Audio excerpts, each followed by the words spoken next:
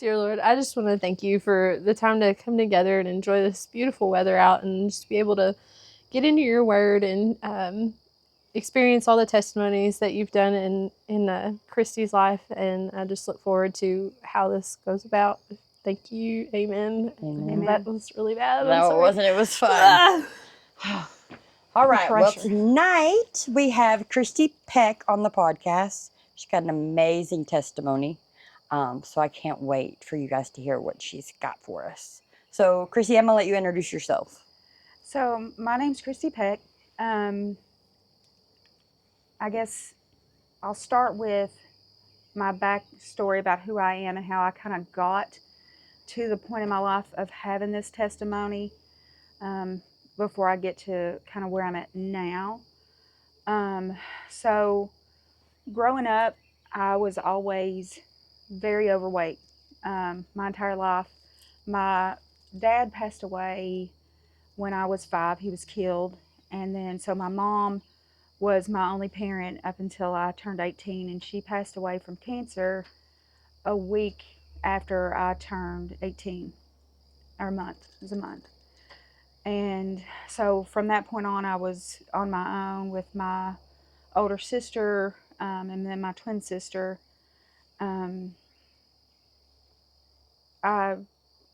All my life, I struggled for people to accept me, and I did a whole lot of really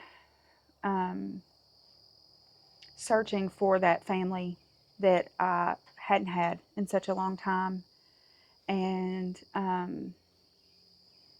you know, prior to coming to the employer I was at before I came to Paducah, I worked in addiction medicine. And so unlike a lot of people that work in addiction medicine, I don't have a personal history of addiction or really anybody in my family, a couple people, but nothing like overt and dramatic for myself. But so I had a hard time when I first went there to work because I struggled with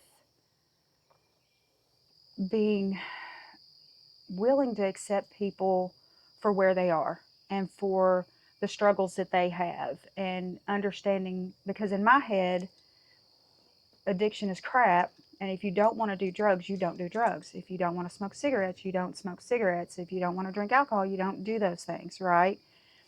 And then one day I realized that my addiction for food and for people was no different than what the people that were coming to us for treatment for were dealing with. It is an addiction, something they were unable to control. I needed personal help to even get control of my addiction. And so from that day forward, I really became more and more open and understanding that there are things in our lives that we cannot control, whether it's from trauma, personal history of addiction, or even chemicals in the brain that make it very difficult. And so I had to have, to conquer my addiction for food, I had to have weight loss surgery. So I went in 2011 and had weight loss surgery. I was 375 pounds. And I had blood pressure that was so bad that I wouldn't be alive right now. You couldn't control it with medication. It didn't matter that I don't salt anything. I still don't salt. If y'all come to my house, you are going to be so upset because I don't salt food. If you want salt, there's salt on the table. Like, I still, from having to go through that, I don't salt. It's not the first thing that I pick up. I don't even touch it really on the table. So it's just the last thing I do because it was so severe for me. So throughout my life, I've struggled because I just wanted somebody to love me. I wanted so badly for somebody to love me and choose me. I did everything for the wrong people, everything. So after my kid's dad and I, so we got married young and had kids, and it just didn't work out. And um, I wanted that family so bad, and his parents are unreal. They're the best people you'll ever meet. And it was hard because all I wanted was a family. I wanted me and my kids to have that father figure. Um, and, I don't have my dad, I don't have my mom. And so I really wanted that. And so I spent a lot of time when my children were younger making horrible decisions with dating. I dated people that needed me, didn't necessarily want me, but they needed me. Mm-hmm. Because in my head, I don't bring anything to the table. Right. Why would they want me? Right. They have to need Me. something from me. Because I didn't see myself as God sees me, as valuable and as, um, you know, precious as He sees me. And Where do you think that lie came from?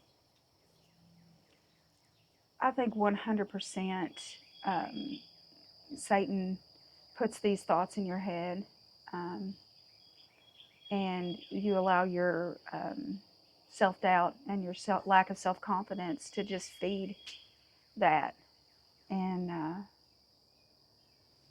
I'd also, all those years, like all I saw was people that when they no longer needed me, Right. they were gone.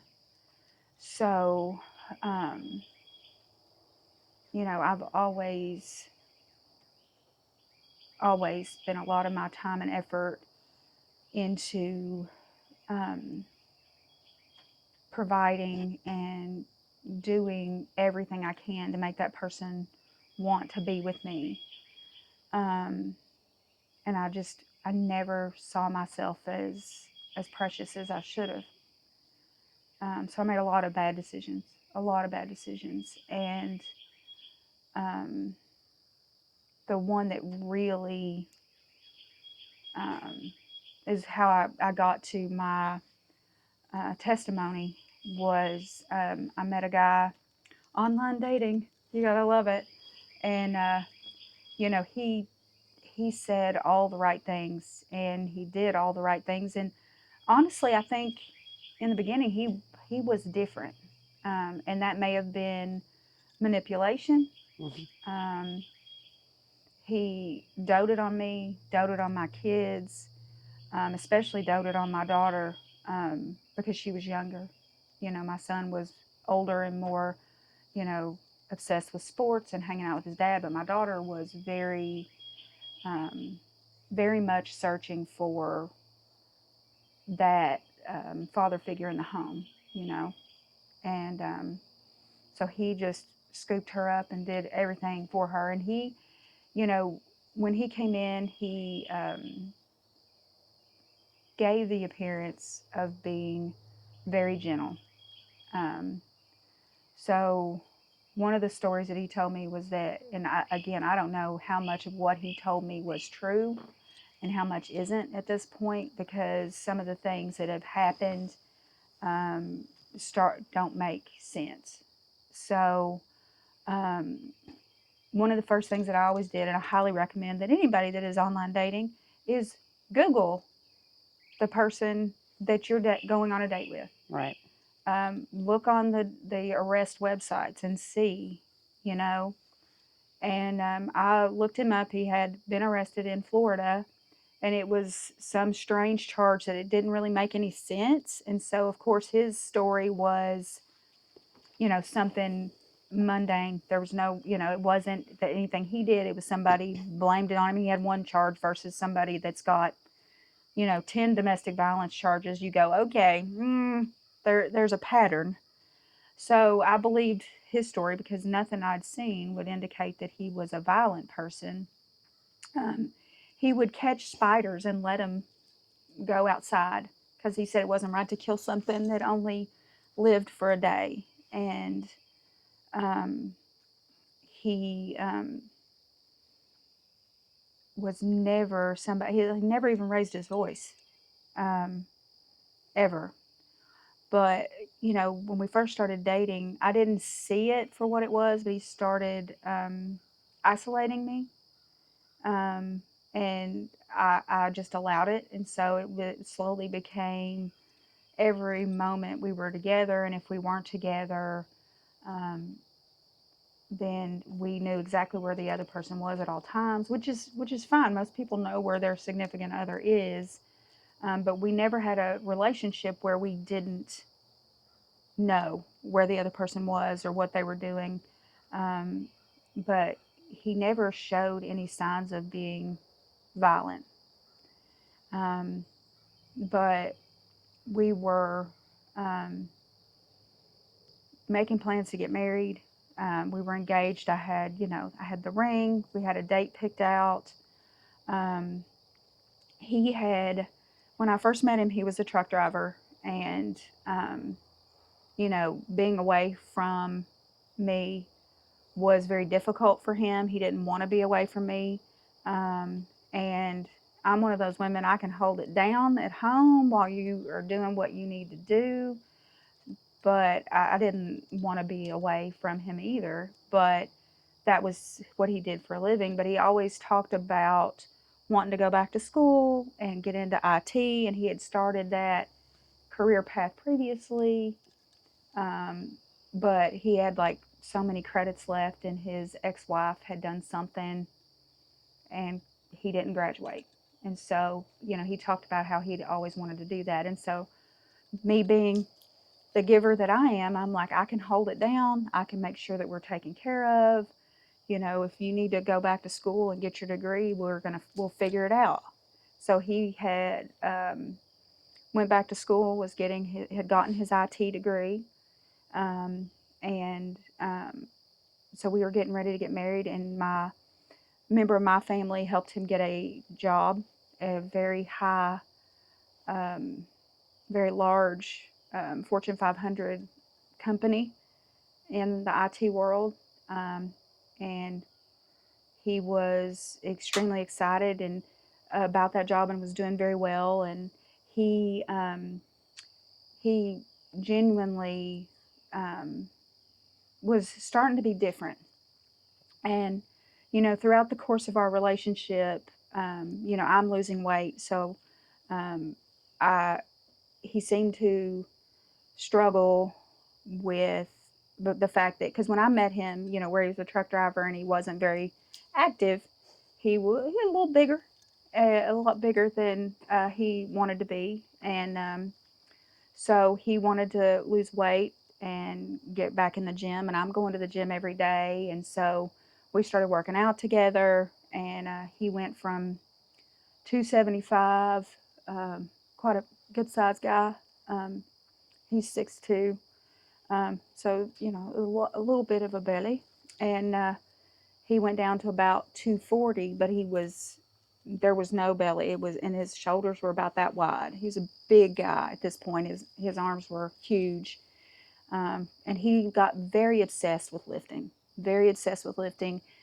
He talked a lot about how when he was in the Marine Corps, and when he was in high school, he lifted and he was a wrestler and he did all the things. And he talked about, like, when he went into the Marines, for his height and weight, they thought he was overweight, and so they had to tape him because the muscles, he actually didn't have really any body fat, but the muscles were making him appear like he didn't qualify to be in the military. Right. So he wanted to be that person again. So, I had gone through a significant amount of weight loss. I'd had skin removal surgery. He was very supportive and catered to me through all of that. And so never expected things to go. And so over this period of time, it was very, you look back now and you go, oh, wow, I was completely segregated or secluded from my family. I was not really hanging out with my friends. When you say isolated, mm-hmm. what does that look like now? When you look back and you go, okay, I missed that one.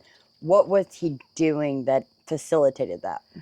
So, at first it would just, he wouldn't, he was very careful not to say, I don't want you doing this, or I don't want you doing that. It was, but I could tell he didn't like it. Right. And my people pleasing mentality was, I don't want to upset him. Right.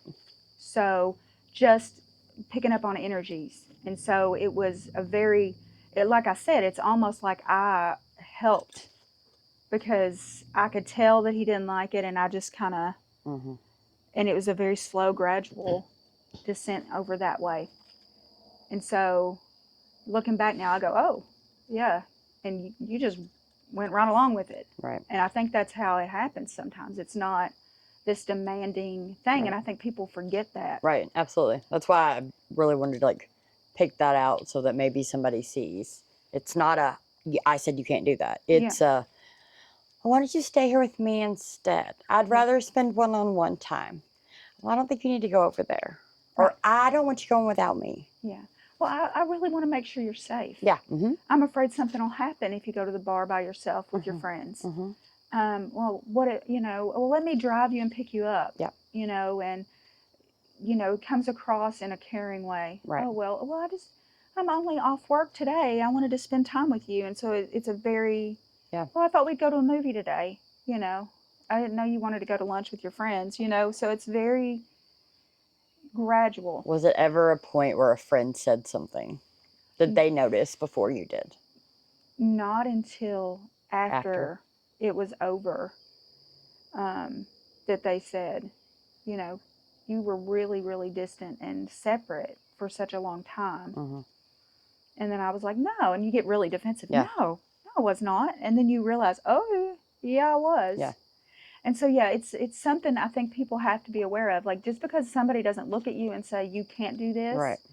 Because I'm sure women do the same thing. They throw a crying fit and so sad. And these men are like, oh, I'll stay with you. That's controlling behavior. You're just not demanding and throwing things at the wall. Right. You're just doing it in a way that is very easy to slide in. Because then when you talk to your friends about it, they can't say, oh, well, he's controlling you. Right. Or she's controlling your emotions. Exactly.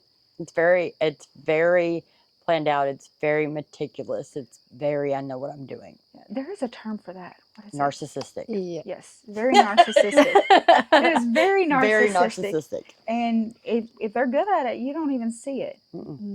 So after he started this job, his personality was different. And at one point in our relationship, and I don't remember where, there were several things I had found out about him that were complete lies.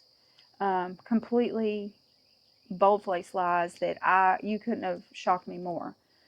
So when we first met, one of the conversations that we had was, because we were around our 30s, and I have 2 children, but I can't have any more without surgery to reverse things. And he had no children.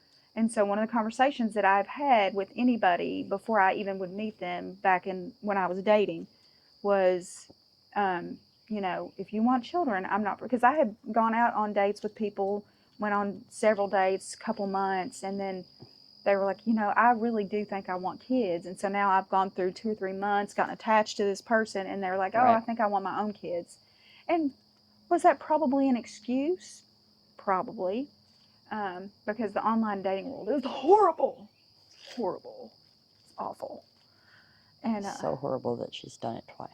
I've done pretty much all of the mistakes I've made since MySpace days were as a result of online. People don't walk up to you anymore and say, you're beautiful. Can I get your phone number? No, they slide into your DMs. Yeah. Think they're cute. Yeah, they don't walk up to you at the grocery store. And there's no etiquette to that anymore. No. I mean, they'll just say or people send will get on whatever. Anything. People will get on social media and talk about you. This man followed me around the store offering to hand me stuff off the top shelf. What a creeper. And it's all over social media talking about how skeezy that is. Yeah. So people aren't going to walk up to you. Or they're using AI to alter pictures and stuff. Exactly. All kinds of things. My favorite from the online dating world was the guys would ask you to make sure your pictures were current. And then you look, and their pictures have a date stamp from 1997. Oh. And I'm like, have you thought about putting one up? You literally took a picture of a picture on your mama's wall through the glass. It's so not digital that you had to do all of that. And I can see the glare on the picture frame, and you're worried about what I look like. I mean, in like, not defense, but I can remember when me and Corey started dating post high school.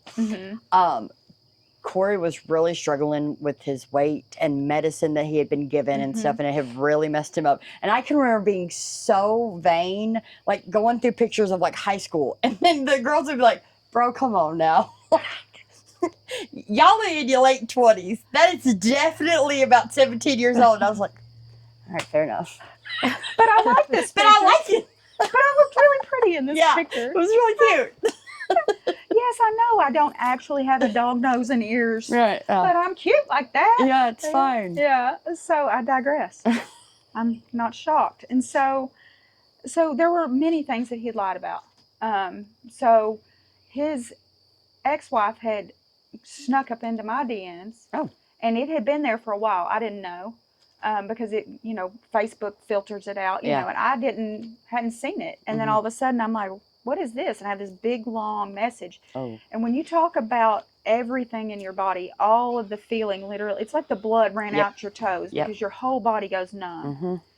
And, it was an email where she's telling me that he was not who he appeared to be.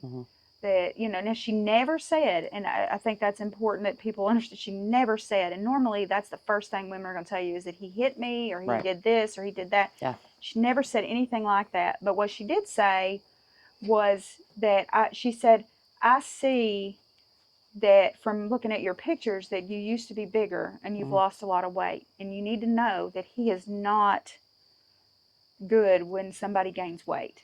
Right. He's going to be very critical. He's going to be very this. He's going to be very that. And then also you need to ask him about his son. Okay. So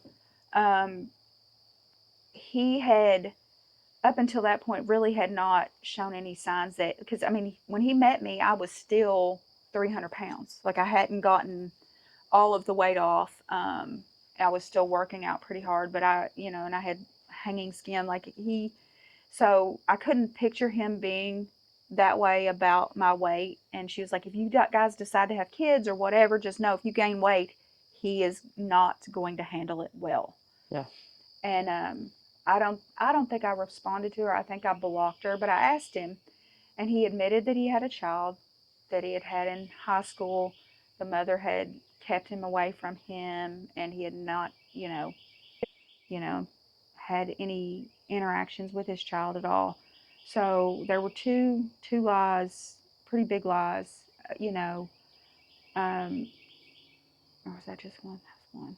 But there were several things that he wasn't 100% honest about, and so I was concerned. And then, so we're going to the gym all the time. We're working out daily. I mean, and when I go to the gym, I'm there for 2 hours. And yeah, I know. Don't roll your eyes at me. So I do everything in excess. I don't have 20 minutes. I do everything in excess. 2 hours. What do you do for 2 hours at a gym? Well, so I was pushing really hard. So I would do cardio, then I would do weights, then I would go back and do more cardio. And so, yeah, I would do an hour on the elliptical, and then lift. Okay. Yeah. And I'm not one of the, I was 30 minutes in the sauna. No, I was working out for 2 hours. I was bad. I took my addiction for food and put it on to my fitness. And then I got to a point in my weight loss where nothing was working and I'm gaining weight. And I'm eating what I'm supposed to. Nobody can explain why I'm regaining weight. Doctors basically act like you're lying. You go in there and you get on the scale and they're like, well, are you drinking soda? No. Or what are you eating? And I'm giving them food journals. Right. Like, who lies to that level that they have years worth of food journals, everything they ate all day long, and just leave stuff off? This is also a woman that still practices that food journal. Like, still eats like she's supposed to the point that when she says, hey, I'm going to bring this for the potluck, we're all like, is this real food or skinny people food? Because some of us, like me, that have tried and I just like fat food, okay? It just is what it is. I'm like, what's in that? She's like, don't even touch it. I'm like, all right, fair enough. So why can't it be both? Why can it not be both? I don't understand. I'm like, y'all, I made this for y'all. Can y'all please eat it this time? Y'all never eat what I bring. And it's because we're all real scared of, real food that's good for you and tastes right. So everyone's like, I'm doing that. There's no sugar in it. There's no carb. Like, well, who does this? And so, since that time frame, I've found out that I have reactive hypoglycemia. And so, for no reason at all, even when I'm eating what I'm supposed to, my blood sugar spikes. And so that causes your body to hold fat.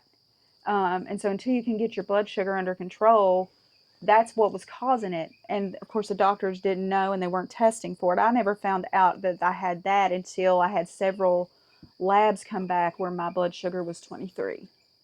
And anything below 40, and you can go into a coma. And I'm just wandering around like that's normal, just fully functioning. And they're like, "How did you feel bad yesterday?" And I'm like, "No, I got up at 5, went to the gym, worked out for 2 hours, went to work for 10, came home, cooked dinner, took care of the dogs, cleaned the house." And they're like, "Your blood sugar was 23 yesterday morning." And I'm like, "Okay, I don't understand the problem." So that's when I found out about that. But as I'm struggling with the weight loss, and I did lose my desire to go to the gym. I wasn't going like I had been, and he was still wanting to go every day. And I could see he was getting frustrated that I wasn't wanting to go.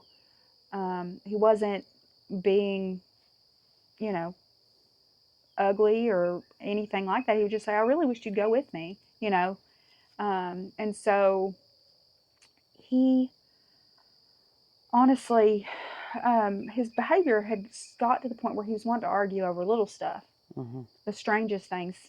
And I'd gotten to the point where, we're engaged and we've got a date, a time frame set, like after I graduated, and we were going to get married because you don't throw away free money. Right. And I qualify for free grants for my college. Why do you throw away free money to marry somebody who's working? Yeah. Because then they're going to say that we make too much money. So we were waiting until I got graduated in May, and we were going to get married. And so I'm praying, God, if this man is for me, then everything will be fine. But if he's not, I want you to show me. And I think people, that is a very powerful prayer. And I'm going to tell y'all right now, do not pray that if you don't want God to show you. Because every time I have prayed that prayer, he has shown me, and I sometimes did not want to see. I did not want to see. And so, if you ask for that, you better be prepared for what you're going to find out. Right. And so one night in particular, he had come home and was angry at me because I couldn't have children. And okay, yeah, like after this was already after this was a big disclosed. discussion, that we've already talked about. right. Okay, And you have a child, right. And it's not that I can't have children. Do you have $7,000 to go get that reversed? 7, like 10. Right. Yeah. Well, inflation. yeah. Inflation. 10. So I've had all this skin removal done. I've lost all this weight, and you want me to have kids, and I'm open to that. But do you have the money to pay for a reversal? Because I don't got that kind of money. Right. But he was very upset with me, and he said, and I think that's when the irrational thing, I think what really sent me over the edge. Mm-hmm. And again, I don't like to argue. When I was younger, boy, I loved to argue. I loved it. And I would pick up something and throw it at your head real quick. See, I'm the opposite. I did not have that gene when I was younger, okay? Like, you couldn't have got me to fight. Like, it was yes, sir, no, ma'am, to whoever, whatever. Mm-hmm. And so I'd be like, okay, yeah, I'll do that. I'll do that. Like, no argument. Even though I knew in my head, I'm like, this is crazy. Mm-hmm. I've had to learn to argue. But now the older I'm getting, the more I'm like, bro, say that again. Say that one more time. I'm getting up. Like, the kids, like, especially these teenagers right now. Like, I'm telling you, call me bro in the middle of a fight one more time. One more. You go be out the door. And I'm locking it till at least 12 hours later. Because you ain't talking to me like You that. can sleep on the porch. Sleep on Here's the a porch. pillow. Like, I'm done. So, like, I don't fathom that. Like, I've seen women do the opposite. Like, most of the girls that I hung out with and stuff, like, at the drop of a hat, like, they were ready to tussle, you know? And I'd be like, what are y'all doing? We don't do that. Like, no, sit down. Calm down. But the older I get, the more I'm like, all right, let's go. You know, I don't know what it was about me when I was younger. I don't know if it's because in my head, like I'm doing all of this. So the men that I was with prior to him, I'm doing everything for you. Yeah. I am doing it all. Yeah. Like, and I'm bringing all of this to the table, and then you have the nerve to talk to me a certain way, Right. or cuss at me, or be ugly to me. And I dated people that were 6'7", 6'5", 6'9" one time. And I would climb you like a tree. You're that TikTok. Remember when it was real cool and there's that lady and she's standing up and her husband's like 6'4" and she comes to like right here at his chest and she's like, I'll scream with my whole chest. And I'm like, and he's looking at her like, what chest? You know what I mean? And I'm like, valid. Valid. And so I would pick something up and throw it when I was younger. Just horrible. I was not a good person before. I tell people all the time, Kristie before she was saved is not. You don't want me to go back to before. KBC. No, that was not good. It's not good. And so, but with him, I have learned through my past relationships that if you pick up something and throw it at somebody, even if they were being violent with you before, it only makes it worse. Because they're bigger than you, they will literally put hands on you. So, and I've had that happen so many times in my life because, again, I didn't know who I was and my value and, you know, what I brought to the table as a person, and the amount of love that I'm giving and bestowing on people who didn't deserve it. So with him, that was something like he actually was, he said, I don't argue. I'm not going to argue. If I get upset, I'm just going to walk away. And so my demeanor in this relationship was different than who I used to be. So like if anybody that watches this prior to, like they were with me before I dated him, they're going to be like, man, she was mean. But with him, I wasn't like that. I was never. But at this point, I was pretty frustrated. He said, your ex-husband was good enough to have kids with, but I'm not, and blah, blah. And I was like, I don't even know where to go with this argument. And I told him, I said, look, I'm just going to tell you, I don't know how much longer I can do this. Right. Like we're arguing over the craziest stuff. Right. And I'd always told him, like I'm not going to have my kids go through this with me and somebody. If like previously in previous relationships, if we would get mad and argue and they'd leave, they'd be gone 2-3 months. If they wanted to come back, we'd work it out. And I told him I'm not doing that anymore. I'm at the stage in my life where if you leave, you're not coming back. We're done. And so he told me, he said, I'm sorry. I don't know what's going on. He said, I think it's this medicine that I'm taking, but I can't just stop taking it. I'm going to have to cycle off of it. I didn't, he had drugged me around to every single GNC on the planet, and I would stand there for hours. The thought of going into one of those gives me anxiety. Yeah, I mean, I'm all about, I needed to take vitamins because my vitamins were low. Like, I've read the back of every vitamin bottle in GNC at this point because he's wanting to be 20 again, and we're not. We're not. And so he's looking at all these supplements and all the things that are supposed to help him make gains. He was all about gains, and I had never even heard that term before I met him. I don't even know what that means. It's about your muscles getting bigger and bigger and bigger, and going from a lower weight to a higher weight. And so being able to go up, up, up on weight is a gain. Oh, okay. And so I never, prior to him. So going up in weight, but not actually like weight, it's muscle weight. Is weights. Okay. Weights. Okay, got you. I was confused. Yeah. I got, okay. Yeah. See, like for me, I'm like 25 pounds. I'm doing something. He's over there 200-pound weights, and he's wanting 225. And it's like, what? But for men to build muscle, they have to tear it rips and then it builds. And in order to do that, they need bigger weight. And so he was all about gains and all about getting bigger. And I didn't understand the obsession with that, and how deep-seated it was. Mm-hmm. So he said, I'm going to cycle off this, et cetera, et cetera. Um, and then he left that night, or he left and went to his brother's one day, and I was going, where was I going that day? Oh, I was going to have lunch with one of my girlfriends. And again, normally we were like, we got back together pretty quickly. Like, we didn't do stuff apart from each other. So I went out with my girlfriends, I think my daughter, and then walked out of the restaurant. And it was weird because I hadn't heard from him. And it was, we had went way over on the amount of time that I expected us to be. And I think we had discussed like a time frame, like, so he was going to go hang out with his brother for so many hours in the morning. And then we'd get back together that afternoon and go do something. And so I was like, oh my gosh, he's probably tried to call or text me 20 times. And previously, like a few weeks before that, we were getting ready to go on a vacation, probably a couple months before. We're getting ready to go on a vacation, and I was all over the place trying to find clothes to wear. Don't, why do you make that face? Why do you make that face? I had lost weight and then gained weight, and nothing I had fit, so I needed vacation clothes, madam. For context, for anybody that doesn't know, Kristie here is the end all be all of fashion and jewelry.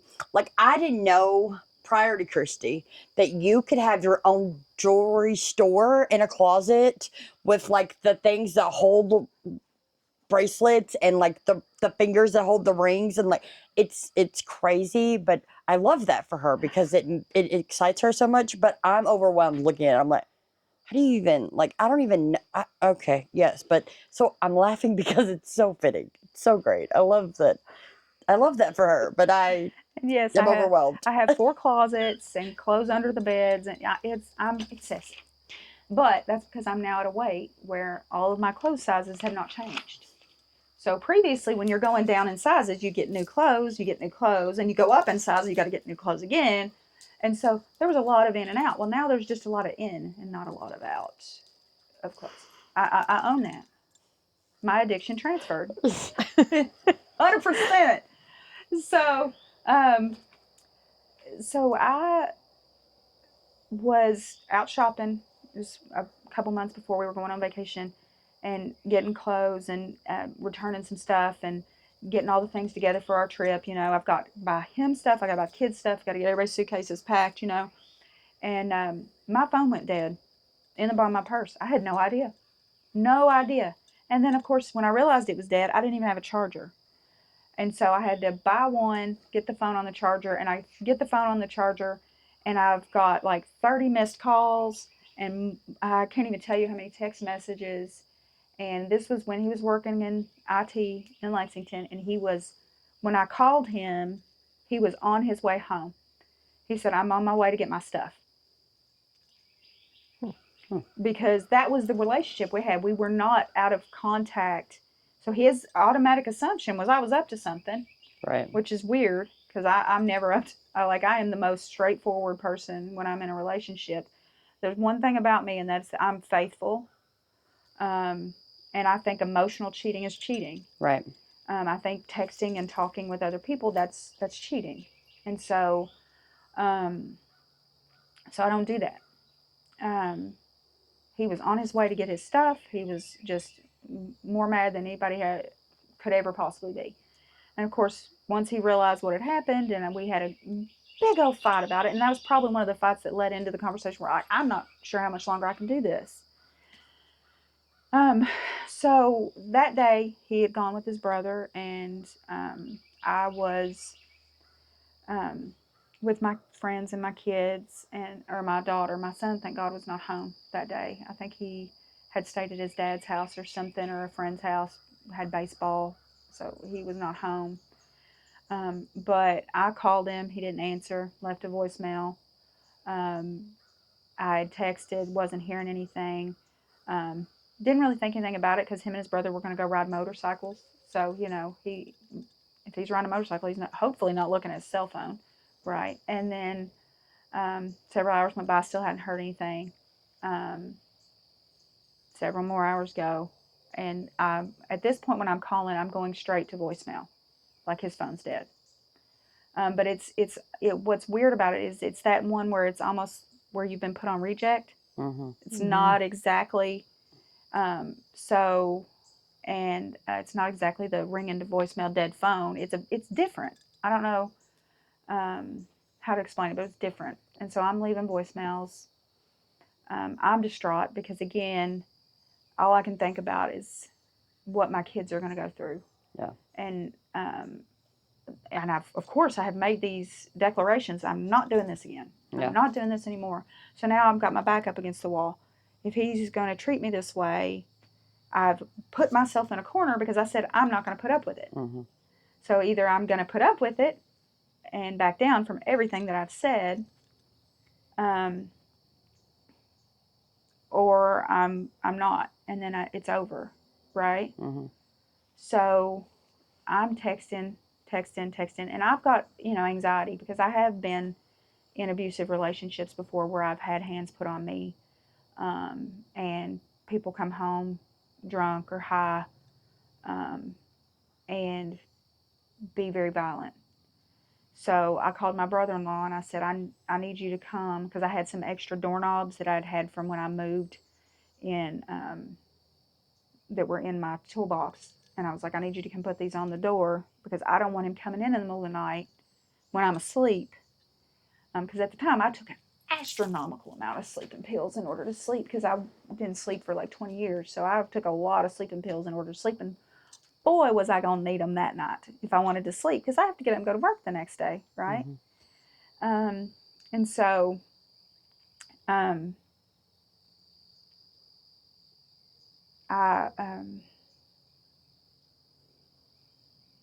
had my brother-in-law. I told him, I said, come on over, put these on. And I texted him. I left him a voicemail and I texted and said, my brother-in-law's coming over. He's changing the locks. You can call me and we'll figure out a way to get you your stuff. And he immediately calls, instantly. And he says, don't change the locks. I'm on my way home. And I'm like, where have you been? I don't understand. Like, what are you doing? Makes no sense. And he hangs up. And so I'm downstairs. And at this point, my phone, I've done nothing but wear my phone out. So my phone is on the charger. My daughter's upstairs in her room with her door shut. We always shut bedroom doors in my house. My son was not home, but we still, all the doors stay shut. And so I'm sitting in the recliner. And I hear him pull up. And he comes in the front door. And the only reason he was there was because he wanted his work laptop. That's it. Because he did not want to get in trouble because he was on call. And when you're on call, you have to go if they call you. And so I had even told him, I will put your laptop on the porch. You Right. don't have to come in the house to get it. I will get you your laptop. I'm not going to keep your work laptop. I mean, I worked my tail off to help you get that degree and get that job. I'm not going to screw that up. Right. Right. So he gets his laptop and he starts packing his clothes. He starts packing his stuff out, just handfuls out of the closet and going out. And I'm like, we've had no argument.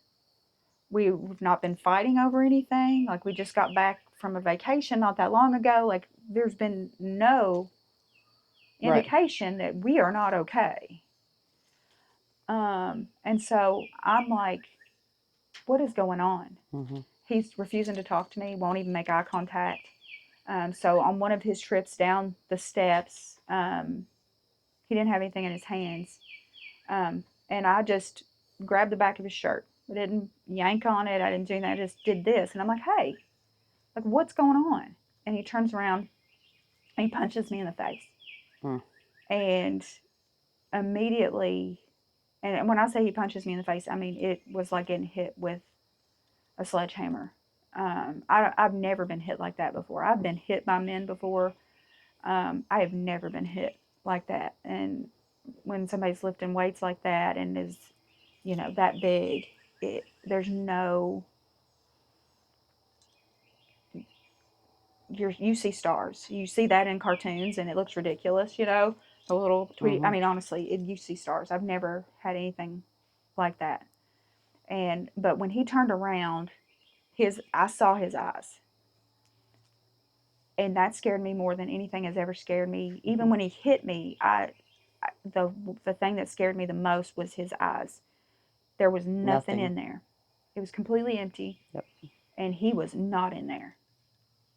And old Kristie was in there, but she was not fighting back because I saw how broken he was and that there was nothing there. And something whispered in my ear, don't. Because I knew if I put my hands on him or fought back, he'd kill me. And so my hands were up, and he had hit me so many times I lost track. And then he started choking me. And so we're in the stairwell, and my daughter's room's here. And we're in the stairwell, so he's on top of me in the stairwell, and the stairs are behind my back. And so there's no way for me to get away because we're in this narrow stairwell. I can't crawl away, I can't get away, and I can't breathe. And he's choking me and slamming my head on the steps. And it had carpet, but I mean, he was hitting my head so hard. And, you know, I didn't, you know, people talk about being choked to death. I don't think there's anything more terrifying. There's, you can't breathe, and all of a sudden, like, your hearing starts to go, and your vision starts to go, and I could see him, but it was distant, blurry, fuzzy, and I couldn't hear, but nothing's going on right then. But then my daughter walks out of her bedroom, and I don't know what she heard or what, but I could hear her screaming. And she's from me to, I mean, just 5 feet away. But when she's screaming, it sounds like she's 5 miles away. Yeah. Because my ears are going. There's something about the way when someone's strangling you and you're losing all of those senses slowly, and your hearing is the last to go, and there's a part of you in that moment that knows, like, if something doesn't give really soon, I'm not gonna wake back up. And not being able to have it enough of yourself to change what you're in is the most helpless feeling I think anybody can ever feel. And I hear her screaming, and it takes it a minute for me to realize what I'm hearing. Yeah. And I realize, and he has no reaction. Yeah. Now, this man doted on this child. I would hear him read her stories and make up the most ridiculous stories you've ever heard. Like, he would read her stories with no book, and he would make up the most ridiculous stories just to make her smile. And no reaction that she's screaming. Yeah. And so I realized I'm dying, and he's going to kill me. He's going to kill me in front of her, and it's going to mess her up for the rest of her life. Like, there's no trauma that could ever be worse than that for a child. And all I could think was what's going to happen to her in her life because she saw that. What kind of things, you know? I mean, and so I reached out, and he wore glasses, and I reached out and got a hold of his glasses, and I wasn't trying to break them, but that was all I could get a hold of, and they broke. And the wire frame cut his forehead, and it shocked him. And he let go. He punched me, I don't even know how many more times after that. And then he got up and just left. And so I run downstairs and I call 911, and I'm talking to the lady on the phone, and she's like, is he still there? And I'm like, I think he left. And she's like, are you sure? And I'm like, I don't know. And she's like, do you need an officer? And I'm like, well, I don't know. I think he left. And then I could hear something outside. And so I realized that he was still outside. And then, of course, me being me, I'm going, oh, he can't even see.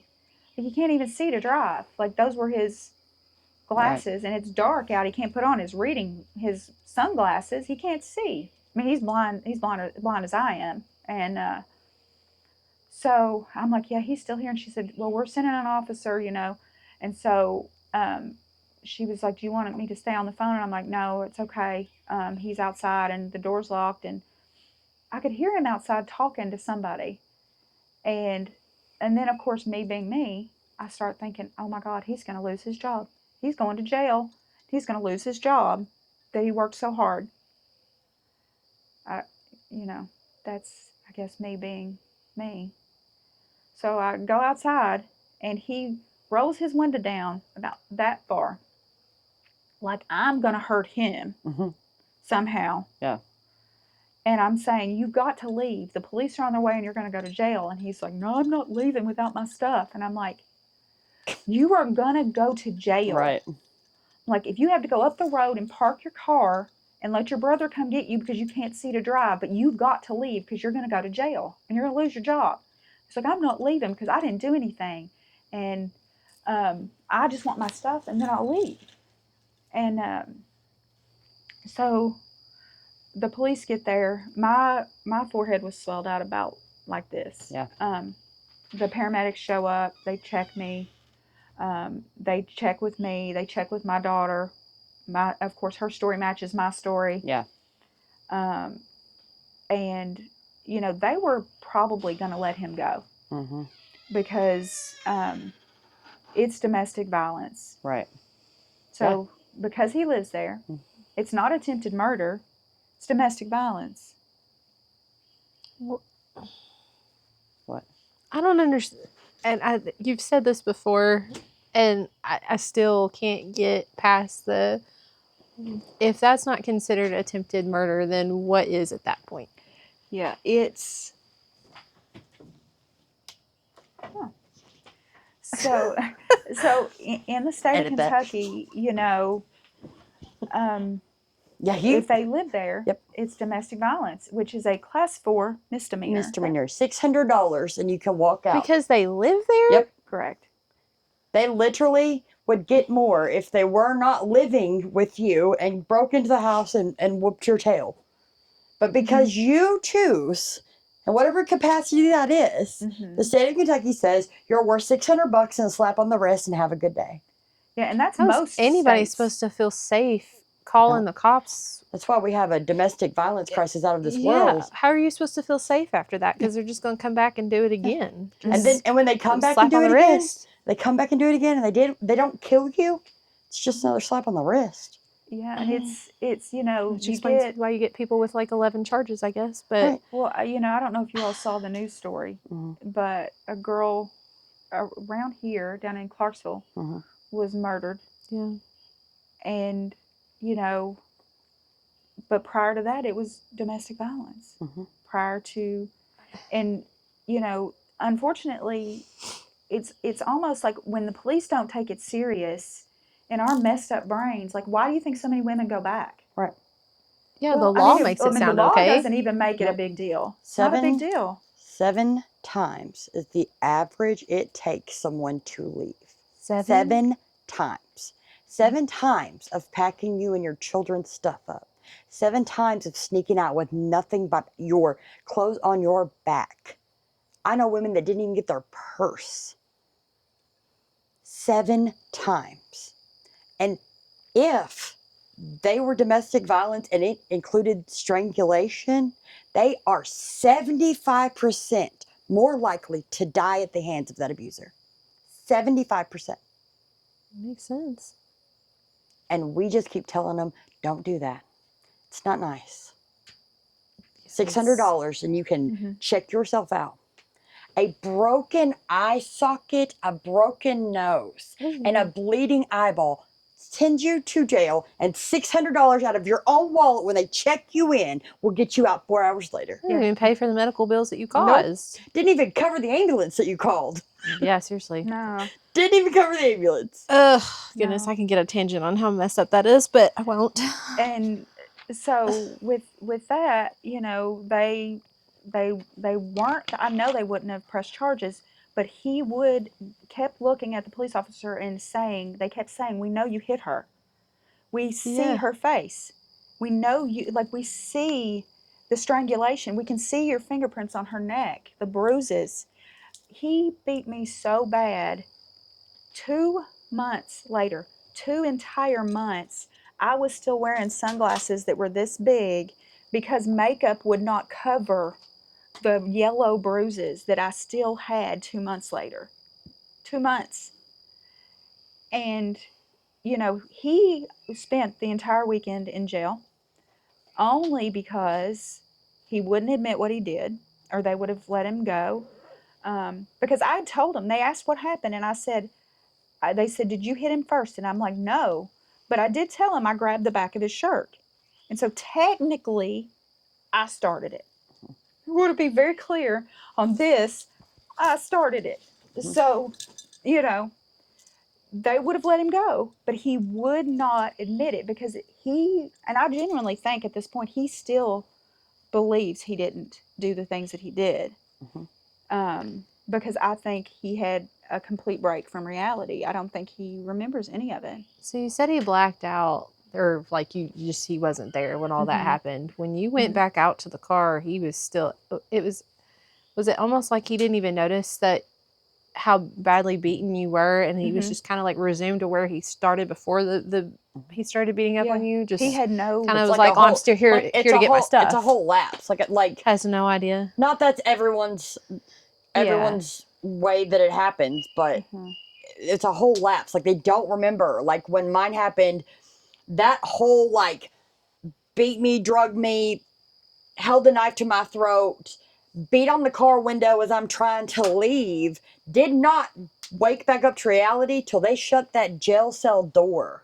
And the minute that jail cell door locked, something about that closed that episode down. And they're standing in the middle of a jail cell screaming, crying. What happened? Did I have no idea. What happened? What I don't know. Did I kill her? Because he knew, like, oh my gosh. in the where I'm at, I had to have done something pretty serious. But did I kill her? That's all he could say. Because when the officer brought me those keys to my car, he said, I'm not making an excuse for what he did to you. There is no excuse. But I have never seen a grown man have no sense of what just happened like that. That's scary. And for honestly them and the that's yeah. And he, you know, he called me collect from the jail and just said, why? Why? Well, why? Why what? Why did I what? Right. Why what, sir? Why did I break your glasses and keep you from killing me in the stairwell and leaving me for my daughter to find my body? Right. He really, I don't think, remembered any of it. And that doesn't make an excuse because it's not acceptable. Right. Doesn't matter. And if you can't be trusted to not put your hands on people, then you don't need to be in a relationship ever. Right. You just need to be by yourself from now till forever. And so, you know, I'm probably one of the only people that actually got out, and I didn't look back on that. So he went to jail. The only reason he stayed in jail as long as he did was he went in, it was a holiday weekend, and the judge that was on call was one of my son's coaches for baseball and football, and he said, I will not sign for him to get out, because he could have signed out on his own release. He didn't even have to pay a fine. He would have had to pay the fines when he went to court. He wasn't even going to have to pay a fine. Just let him sign himself out. And the judge was like, I'm not signing it. And they were like, well, then we'll call the other one. He said, he's a coach too. He's not going to sign it. You're going to have to wait till so-and-so gets back from Florida. And that's the only reason he stayed, as long as he did. So, recovering from that was so hard. So anytime there are children in the home, and there's a police involvement, they have to call social services. So the next morning, I'm woken up by the Department of Child Services at my door.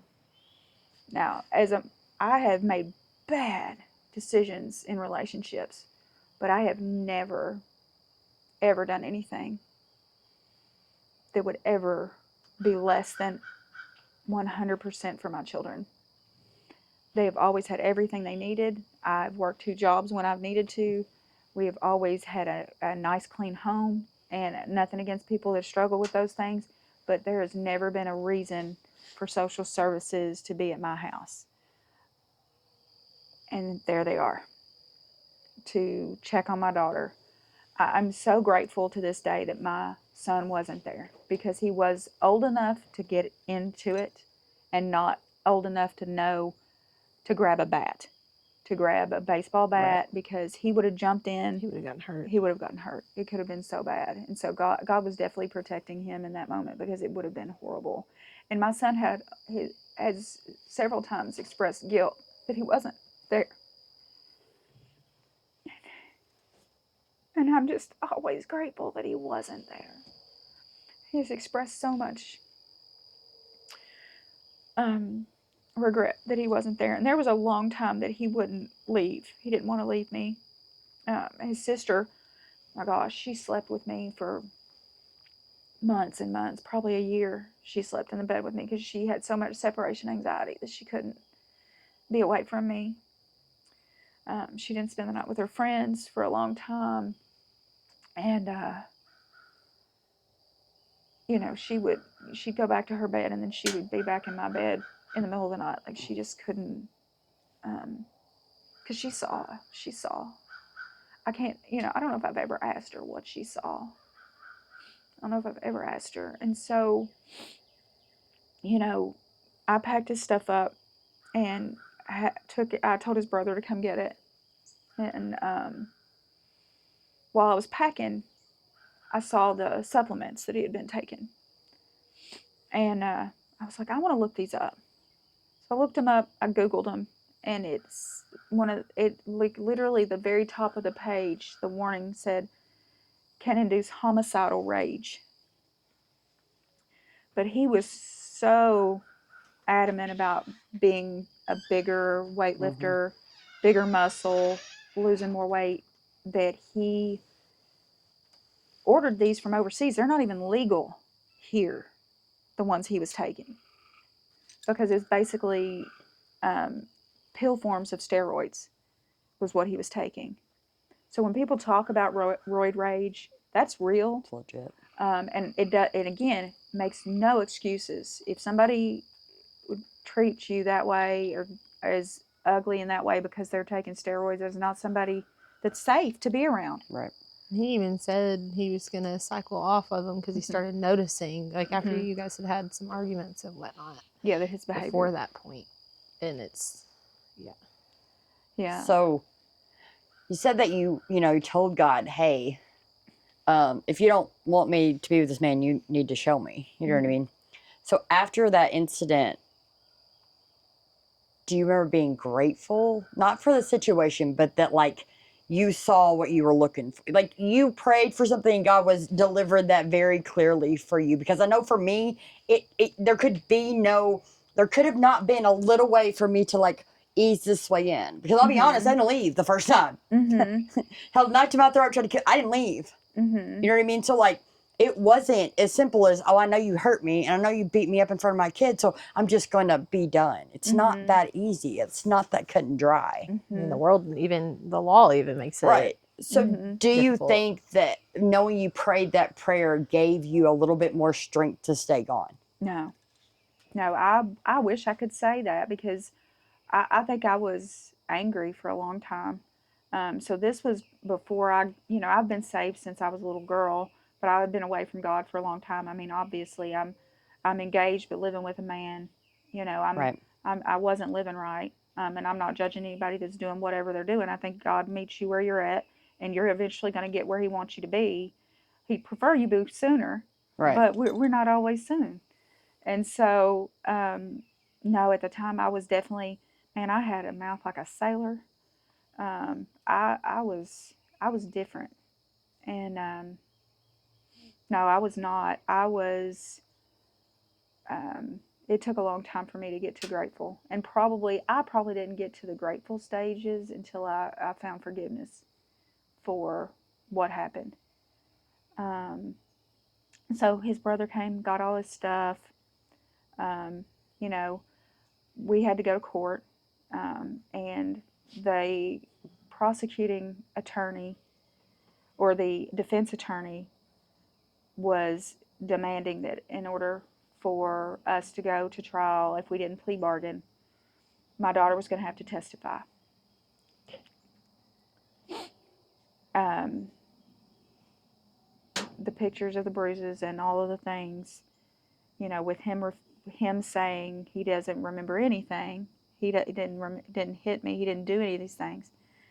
Um, she was going to have to testify. So, and he would have lost his job. The company he worked for has a policy for any kind of violent crime. So even though it was a misdemeanor, the company he worked for would fire him if he was found guilty of a violent crime. And he would have been found guilty of a violent crime. So they, in order to prevent her from having to testify, because I did not want her to have to go through that, they plea bargained it down. I don't even know what it ended up being, but again, it wouldn't have mattered if he'd have gotten the domestic violence charge, because it's a slap on the wrist. When the police came, they did give me, they insisted on getting an EPO. And I don't want to minimize that there are times where you need an EPO, but there's a lot of times where it's not going to do any good. I took it because it made my daughter feel safer that we had that. But the reality is, this man was a U.S. Marine Corps sniper, and he could have taken me out without ever breaking that 500 foot. Yeah. Without ever breaking it, if he chose to kill me. Was there ever a time where you were worried he'd come back, or I was did he terrified. Okay, I didn't know if he had that was where he just decided he was gonna let, I guess, bygones be bygones, or if he. I don't know if he decided after, honestly, I think the reason his behavior, and I don't have any proof of this, but I think the reason a lot of his behavior and the reason he was treating me differently was he had decided he didn't want to be with me anymore. He had not said so. We weren't arguing. We were getting along fine. We were happy and content as far as I knew. But I think there was a lady at work that he was doing a substantial amount of flirting with. Because again, you've got this big 6'2" guy with these big broad shoulders, IT, guy. And, she's a single mom with several kids. And I think they were doing a lot of flirting. And he may have been with her that day. I've never been told differently. He never said anything. But honestly, I think that because otherwise it makes no sense. Yeah. Like, what, you came home and started packing your stuff, like, when we're not arguing, we're not, like, as far as I know, we're perfectly happy and content. You know what I mean? Yeah. But since we've split up, I really struggled because I'm still single and alone, and I didn't do anything.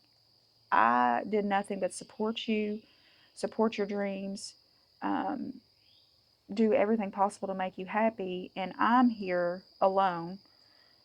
I'm traumatized, my daughter's traumatized, but you get to move on and get married and have kids with this woman. So you get everything that you wanted after you've abused me and done very violent acts on me in front of my child. I had a real hard time with God for a long time. Yeah. Because of what happened. And I know he protected me. I would be dead right now if he hadn't protected me. But, you know, you get very bitter that I'm struggling and I'm alone and he's gotten everything he wanted. My daughter is traumatized. My daughter, who is literally one of the purest hearted people, she struggled with suicidal thoughts throughout high school, anxiety, depression. You know, she has like a bazillion followers on TikTok because she's a Christian content creator, and she's such a very faith-based, grounded person. But she had such a hard time, and it's, you know, you can hurt me, but what he did to her, you know, and who knows, maybe I would have forgiven him had she not been there and seen it. I don't know. I don't know, honestly. You know, would it have happened again? Maybe, and he probably would have killed me the next time. But my daughter, she went through a really rough time, and that was probably the hardest part of it for me, was the ripple effect for years.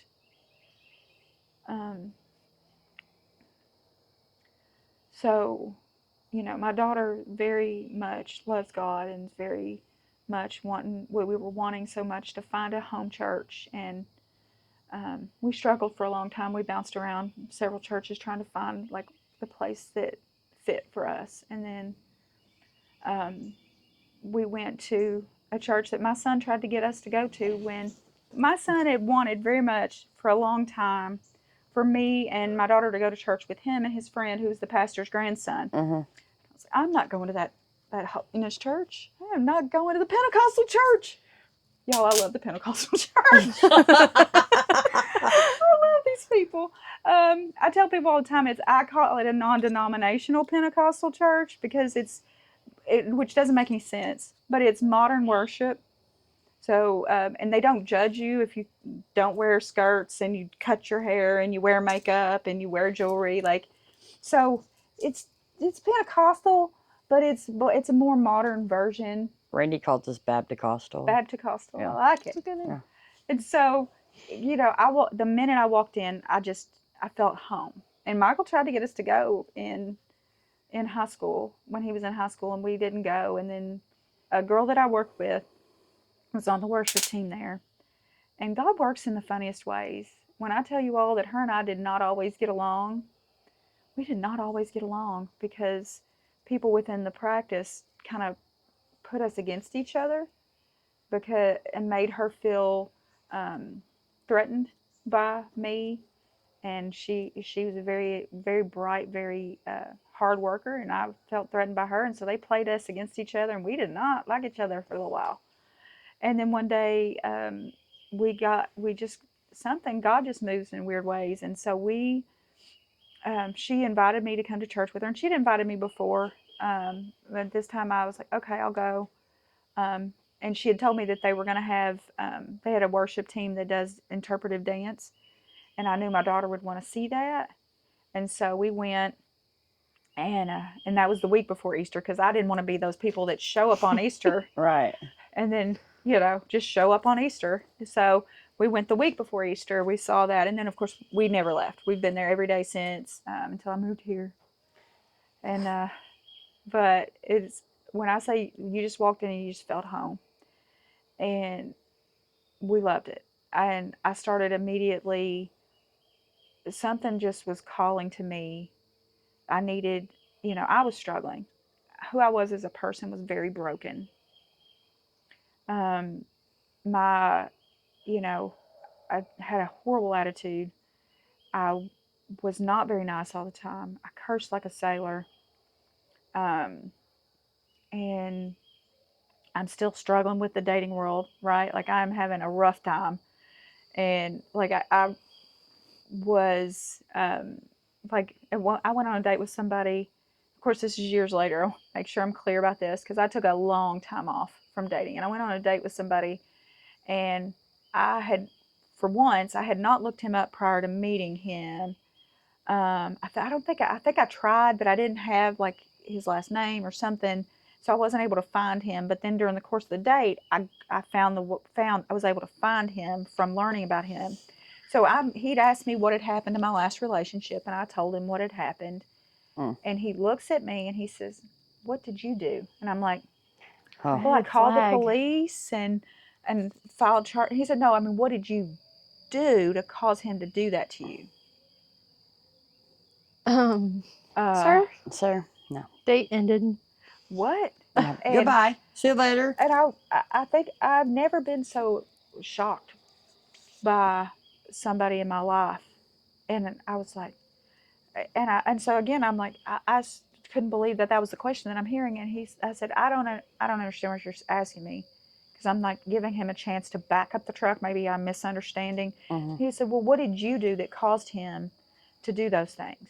And I'm like, I didn't do anything. Right. And so that day was over. When I left, I looked him up online. He had not one, not two, not three. He had 4 domestic violence charges. And, people can say, oh, well, my ex-wife was crazy. She liked to call the cops all the time. You can say that. But if you didn't do it, you leave. Right. Like if you get one false charge on you, in my opinion, you should leave. Not to mention that question that he asked you makes me not believe that was 0%. Yeah, it was obviously she did something to enrage him that she deserved that, and so dating sucked, and I was struggling, and so I'm going to church, and I was to the point where I really just wanted some peace. I'm struggling. I feel alone all the time.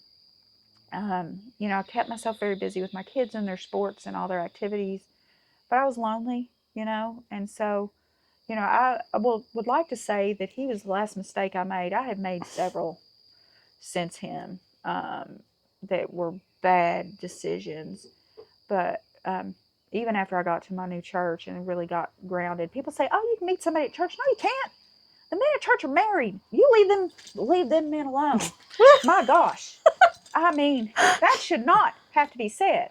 The men at church are either a little strange,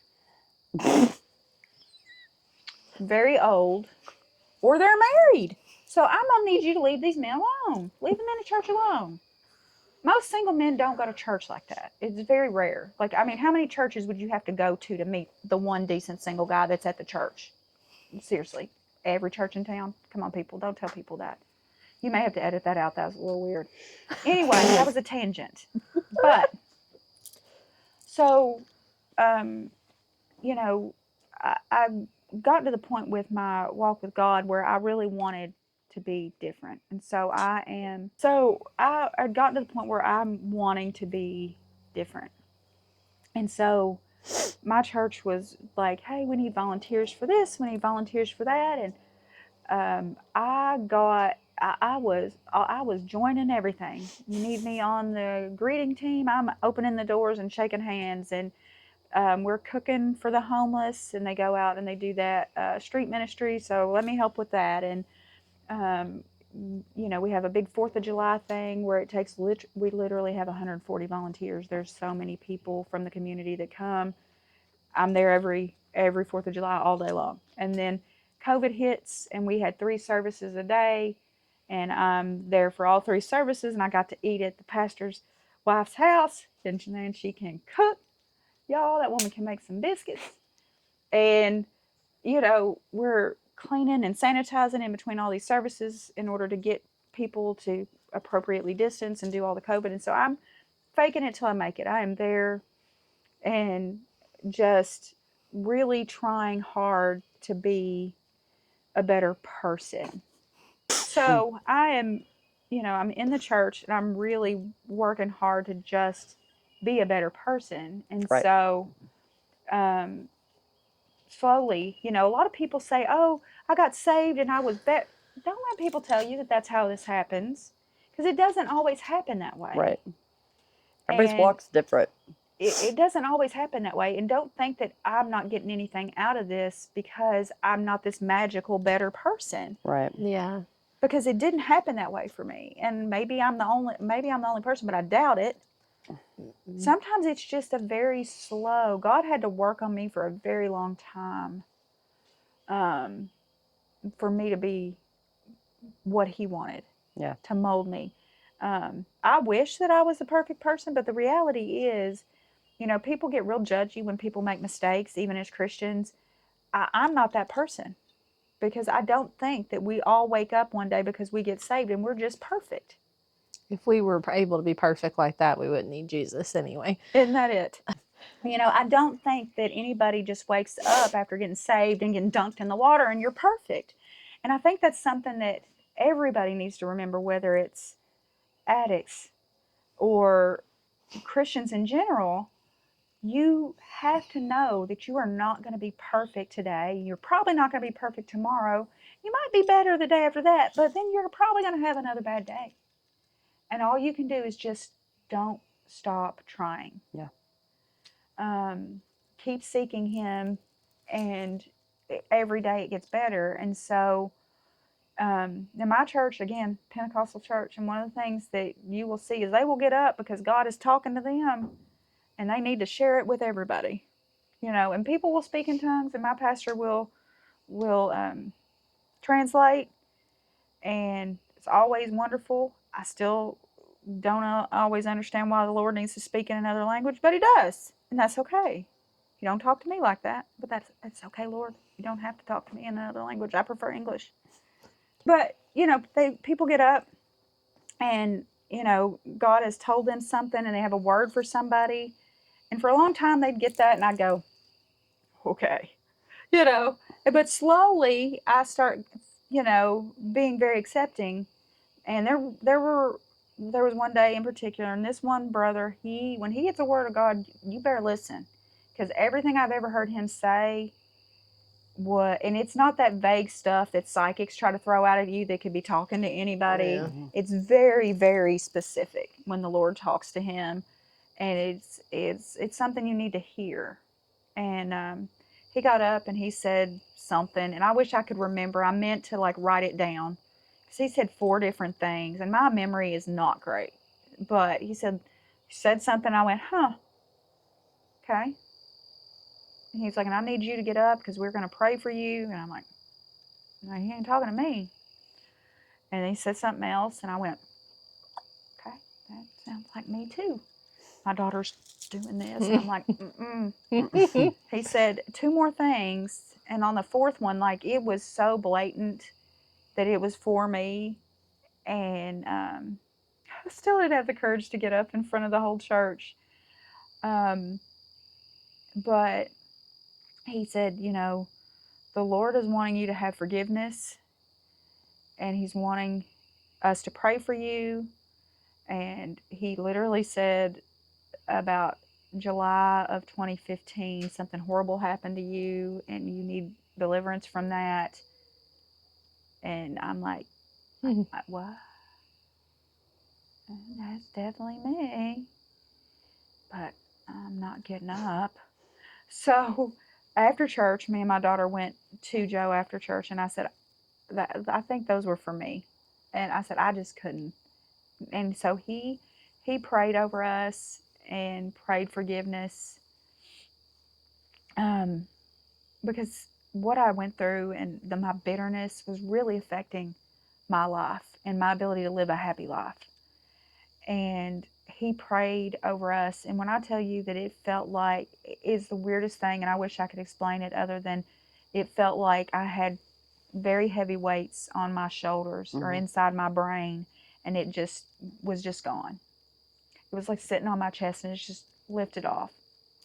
And my daughter had the same thing, and she got better after that.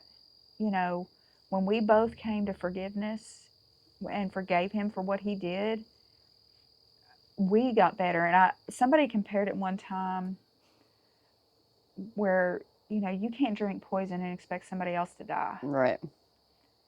And so we kept you know, I especially, she was more hurt than I, but I was angry. Right. And, you know, and I'm not going to say that I've been perfect since then, but I will say that my life since I have forgiven him and has gotten so dramatically better. Right. Who I am as a person is better.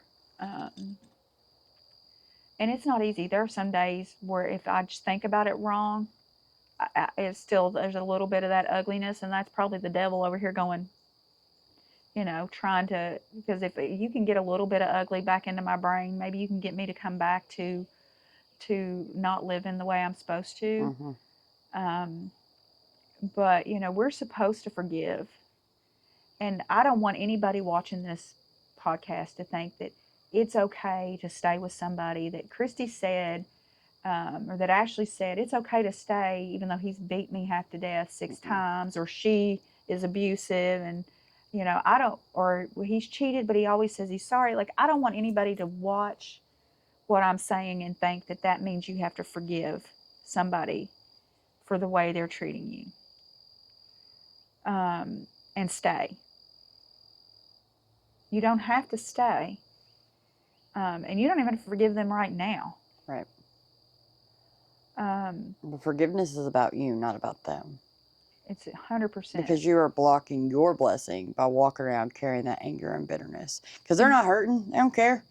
People that do bad, like, they don't get conviction until the Lord gets hold of them. Right. You know what I mean? So they're walking around doing all this, you know, that's why people say that, you know, well, I'm going to church and I'm doing all this and I don't have $1 million. Well, God never promised us it would be easy. God never said you're going to get rainbows and butterflies. That's not what he said. It says the opposite. It says the opposite. And let me just tell you, Jesus Christ himself was perfect. And we put that man on a cross and crucified him. Who are we to think we get better than that? Like, no. But you are doing yourself the most disservice by not forgiving. Not by anybody else. You know, like, there are things that I couldn't have imagined being able to sit in a room and say, I forgive the man that sexually assaulted me for years at 6. But I do. Because all that was doing was hurting me. All that allowed me to do was be about myself and walk around mad and angry and do things because of those feelings and create bad consequences. No. So I hope to gosh that you got it right. I hope that you found forgiveness. I hope that you don't live with that every day, because it's a terrible place to be. It's to say that I feel free now is an understatement. Absolutely. And I think, you know, when I left after he prayed over me, I kept, you know, there's these little thoughts going through my head, and I'm sure that was probably Satan saying what he wanted me to hear. And it was like, you know, you shouldn't forgive him. He's not sorry. Like, it is so hard to forgive somebody when they're not sorry for what they did. Yeah. They have no ounce of compassion or regret for any of their behavior. So how do you forgive somebody that's not sorry? How do you forgive somebody you can't even talk to? Yeah. Part of the 12 steps, celebrate recovery, they tell you that you have to make amends. And you have to make amends in whatever capacity is safe for you or that person. So there were people I had to forgive that I couldn't look in the face and say, I'm sorry. Or I forgive you. But there was something really good about writing out a letter and making an amends or giving them the forgiveness for me. That I think people are missing out on the beautifulness of that brokenness. You know, I packed a lot of shame and guilt after that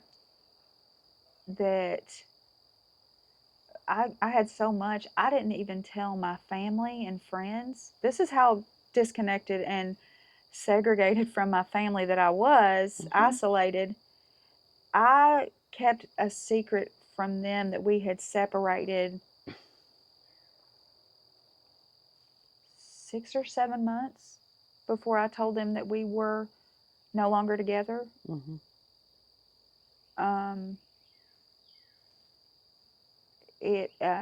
My family, some of my family knew. I told my family, but my friends I didn't tell. for a while. And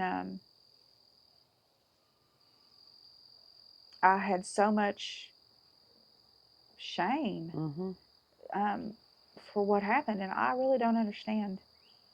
Because I guess because I allowed it to get to that point without walking away. But again, I wanted so bad to have this family and to have that life, you know, the 2 kids and the dog and the picket fence. I wanted all of that.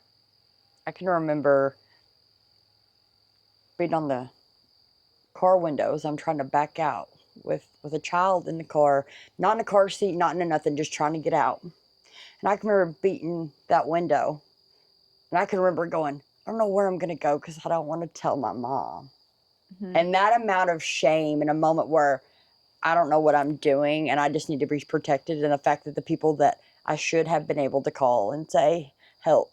Well, I think that was the manipulation. Oh, yeah. Because you knew if you told her, she wasn't going to let you go back. Right. And she wouldn't have forgiven. And you already were planning to go back. Absolutely. Absolutely. 100%. 100%. But to me, looking back now, like, the realization of that is like, gosh bless. So if you walk through all of that and you give that forgiveness for yourself, what came after that? So, you know, with the forgiveness, you know, I realized that if God can forgive me for all of my sins, and there have been many, there's still going to be some more. I'm still, again, not perfect. But that forgiveness that he gave me, I don't deserve that. And so when I forgave him, my life changed. My career has slowly taken off. I had bought my own house by myself, brand new house that was built for me from the ground up. I met my current husband, who is an absolute blessing from God. I think God like molded him and then said, "This is for Kristie," because like it's insane. Like they wear matching clothes on cruises, and he picks her up from whatever function she's planned and just smiles like, you know, it's so cute but nauseous all at the same time. He tolerates the fact that I have kicked him out of every closet in his house. He didn't like that very much. I'm just going to be honest about it. He takes verbal banter from her employees as he pulls up to pick her up from things. He, you know, has shown me more joy, you know, than I could have ever expected. And I tell people all the time, he's my Xanax. So I'm very high strung and I get upset over stuff. And he has a way of looking at things different. And he'll say, well, but what about this? And I'm like, huh.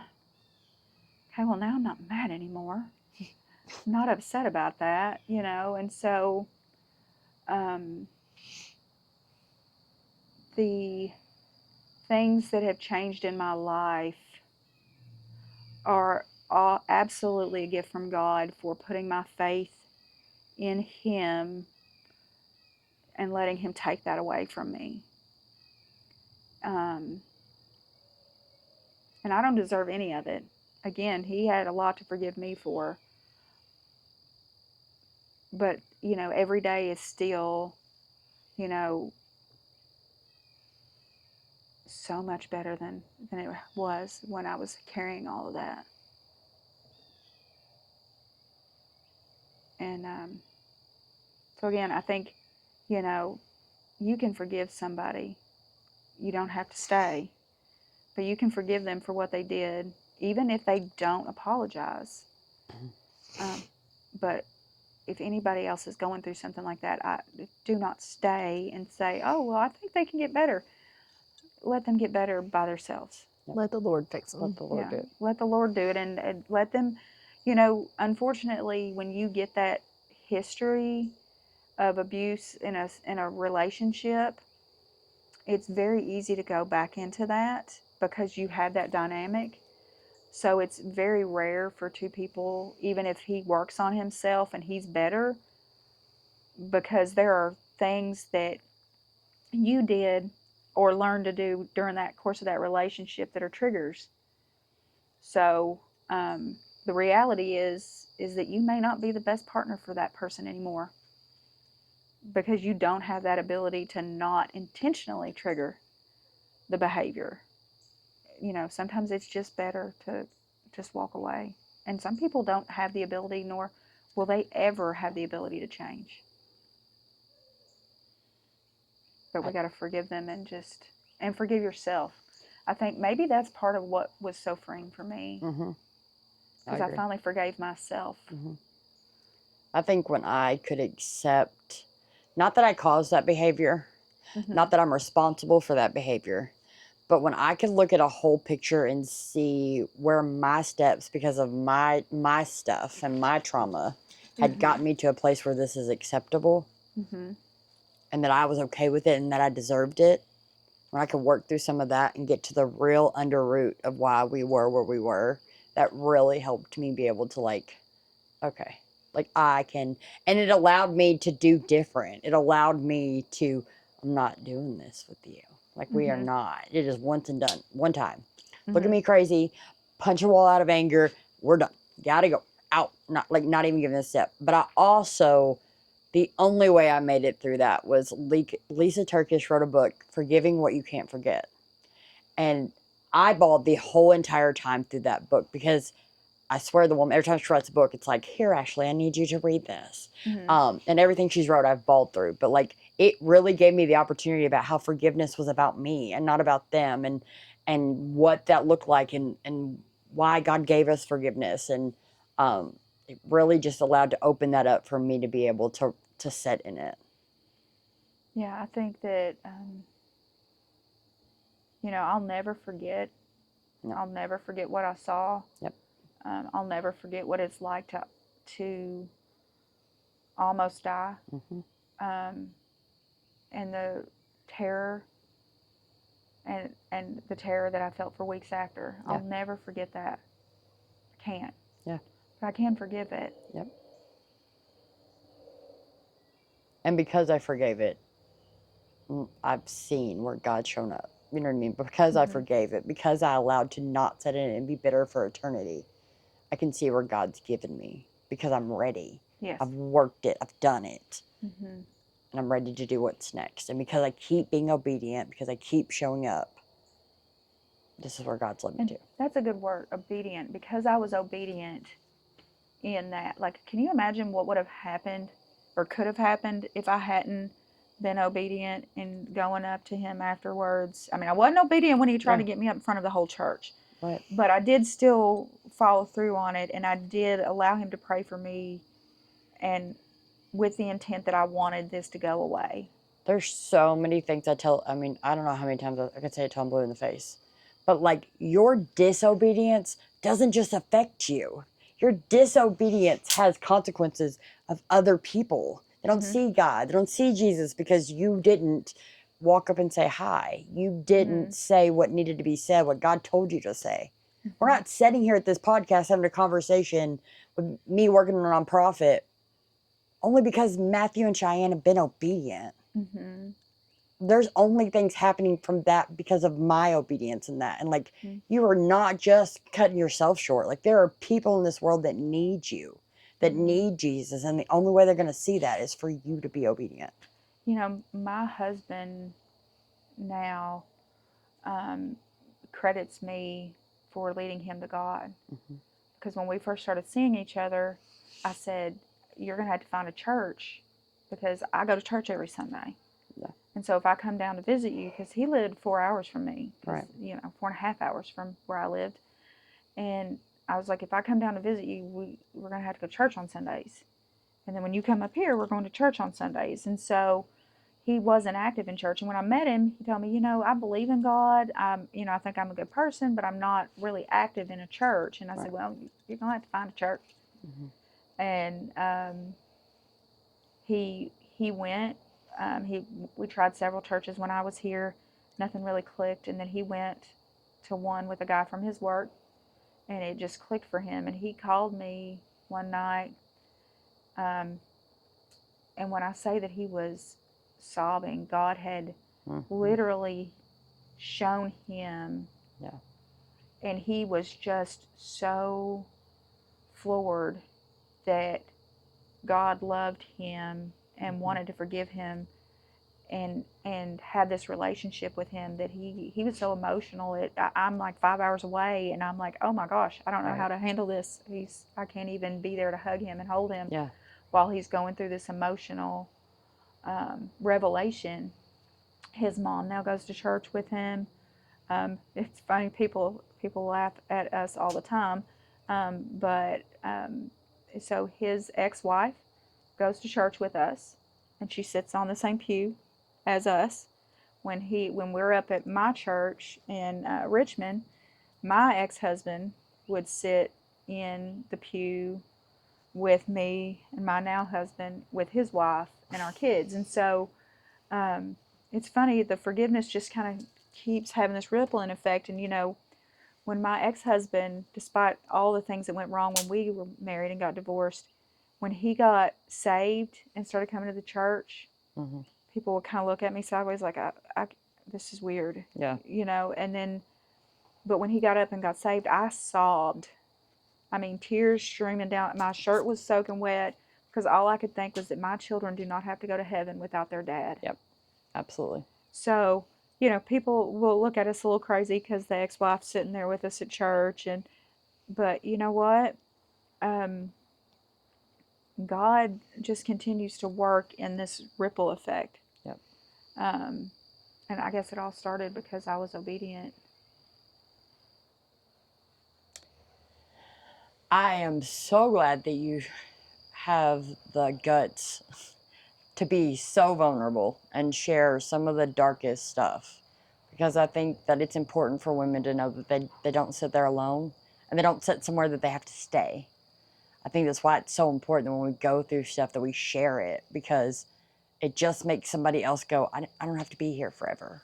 I might have been a phase, it might have been a long time, I might have stayed there for whatever, but we don't have to stay there. I'm also going to let Matthew link down below. If you're in a situation and you need help, reach out. I don't care who that is. There is a national hotline that we'll put down here. Wherever you can reach out, reach out. And so I'm going to pray us out. Dear Lord, we just come to you as grateful and so thankful for Kristie's obedience and willingness to share with us, Lord, and just thank you for showing up here. In Jesus' name, amen. Amen.